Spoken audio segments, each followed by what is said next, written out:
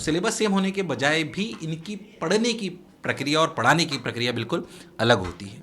तो वो ही हम टेबल पर लेकर आए हैं, क्योंकि कोटा का बहुत सालों का हमें अनुभव है और कोटा इसी के लिए जाना जाता है। वो पूरी पेडागॉजी बच्चा मेहनत करना चाहता है उसको अगर संस्थान सेलेक्ट कराए तो फिर उसकी महत्ता है। So Motion focuses on percentage selection also. It is not only we focus only top ranks, we focuses on कि एवरेज बच्चा भी निकलना चाहिए। इस बात का वादा करता हूँ कि टॉप क्वालिटी हम देंगे सबसे कम प्राइस पॉइंट पे। टॉप क्वालिटी होगी सबसे कम प्राइस पॉइंट में, हमारा वादा है, क्योंकि हमने इसी तरीके के अपने प्रोसेस को बिल्ड करा है। मोशन है तो भरोसा है। नमस्कार, मैं श्वेता और आप देख रहे हैं न्यूज़ फाउंडेशन। एकेडमी सेशन की शुरुआत होने वाली है। ऐसे में पटना के बच्चे जो हैं वो मेडिकल हो या फिर इंजीनियरिंग हो, इसके लिए वो सबसे पहला ऑप्शन जो है वो कोटा चूज़ करते हैं।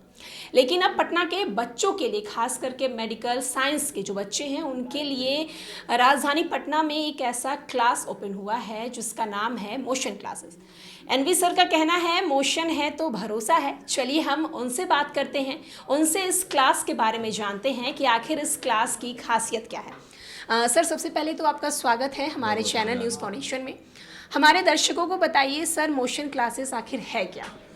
मोशन क्लासेस एक ऐसा संस्थान है जो बच्चों को साइंस बेस्ड कॉम्पिटिटिव एग्जामिनेशन की तैयारी कराता है। मैं खुद भी आईआईटी से ग्रेजुएट हूँ, कोटा से मैंने पढ़ाई करी, तो मुझे लगता है कॉम्पिटिटिव एग्जामिनेशन अपने आप में एक टफ चीज़ होती है, स्पेशली साइंस बेस्ड, जिसमें जेई हो गया, नीट हो गया, अगर अपन 8, 9, 10 में बात करें तो आईजेएसओ हो गया, ओलंपियाड्स के बहुत सारे एग्जाम होते हैं। तो जितने भी साइंस बेस्ड कॉम्पिटिटिव एग्जामिनेशन उनकी तैयारी हम बखूबी कराते हैं, क्योंकि मेरा व्यक्तिगत मानना ऐसा है कि बोर्ड में पढ़ने की प्रक्रिया और कॉम्पिटिटिव एग्जामिनेशन में पढ़ने की प्रक्रिया बिल्कुल अलग अलग होती है। बोर्ड में अगर अपन बात करें तो बच्चे को थ्योरी जो क्लास में पढ़ाई जाती है वही उसको लिखनी होती है, उसी पर उसके नंबर आ जाते हैं। और हो सकता है कि 10 लाख बच्चों ने एग्जाम दिया तो 9 लाख बच्चों के 90% से ज़्यादा जाएँ तो 9 लाख बच्चे खुश हो जाएं।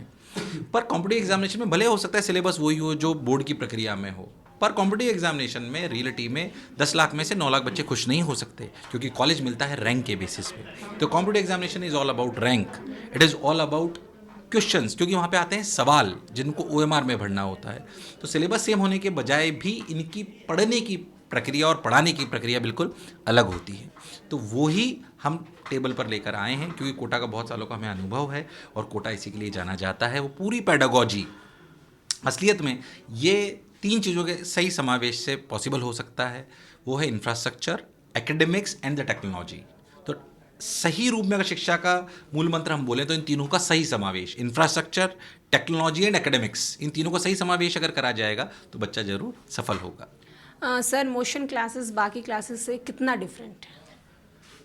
मैं आपको बताता हूँ इसका व्यक्तिगत जो मेरा मत है वो ये है कि मैं पहले अपनी बात इसमें बताना चाहता हूँ कि जब मैंने पहली बार कोटा की एक सबसे टॉप इंस्टीट्यूट के लिए एंट्रेंस टेस्ट में, वहाँ पे एंट्रेंस टेस्ट हुआ करता था, तो एंट्रेंस टेस्ट का जब टेस्ट दिया, जब मैं विद्यार्थी था, तो मेरा एंट्रेंस टेस्ट में सिलेक्शन नहीं हुआ। तो मेरे पिताजी को बोला गया कि आपका बच्चा सिलेक्ट एंट्रेंस टेस्ट में ही नहीं हुआ तो आईआईटी में कैसे सिलेक्ट होगा।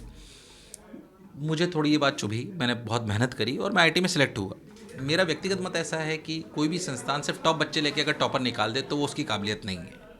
एवरेज बच्चा जो पढ़ना चाहता है, मैं ये नहीं बोलता हूँ कि मंद बुद्धि को हम सेलेक्ट करा सकते हैं, पर जो एवरेज बच्चा मेहनत करना चाहता है उसको अगर संस्थान सेलेक्ट कराए तो फिर उसकी महत्ता है। So Motion focuses on percentage selection also. It is not only we focus only top ranks, we focuses on कि एवरेज बच्चा भी निकलना चाहिए।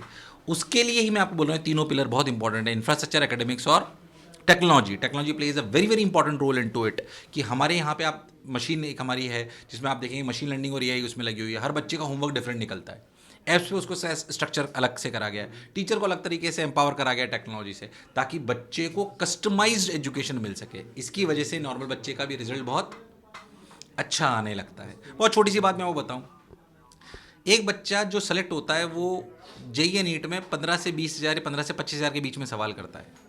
ये संस्थान पर निर्भर करता है कि 15 से 25 हज़ार सवाल कौन से दे रहा है। बच्चे ने तो विश्वास कर लिया, अगर आपने 100 चैप्टर में से 60 चैप्टर पे ही ज़्यादा सवाल दे दिए तो आपको पता नहीं पड़ा, बच्चे का नुकसान आपने कर दिया। वो 15 से 25 हज़ार सवाल कौन से होने चाहिए, किन किन चैप्टर्स पे कितने होने चाहिए, किन का कितना वेटेज है, ये बच्चा जब एक बार भरोसा कर लेता है बच्चे को पता नहीं पड़ता। पर उसके टाइम का कंजम्पशन कैसे संस्थान कराता है, that is really very very important. And ये बहुत माइन्यूट बातें हैं जो बच्चे के सिलेक्शन में डिफरेंस लाती हैं। हमारे कोटा सेंटर में डेटा साइंटिस्ट बैठे हुए हैं, आईआईटी के लोग बैठे हुए हैं, अपार्ट फ्रॉम एजुकेटर्स।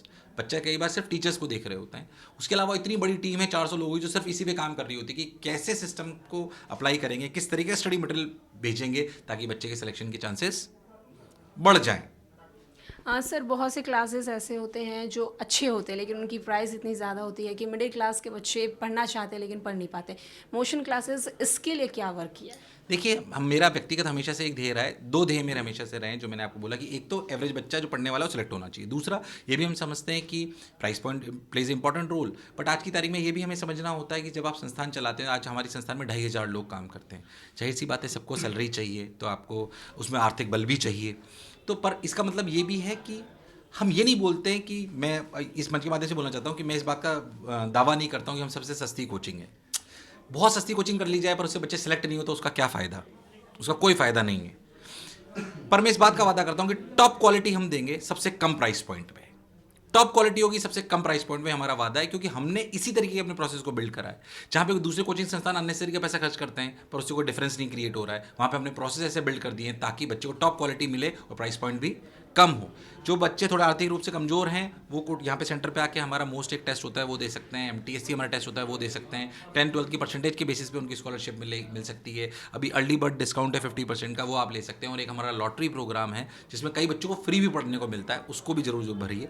मुझे नहीं लगता पैसा कोई बाध्यता होगा। और फिर भी कोई बहुत गरीब तबके से आता है तो एक बार सेंटर पे आइए, सेंटर डायरेक्टर से मिलिए, आपका साथ वो जरूर देंगे। तो आपने सुना क्या कुछ कहना था एनवी सर का। तो अगर आपको भी पटना में मेडिकल और इंजीनियरिंग की क्लासेस करनी है तो आप भी मोशन क्लासेस में आ सकते हैं। आज के लिए बस इतना ही। तमाम अपडेट्स के लिए देखते रहें न्यूज़ फॉर नेशन।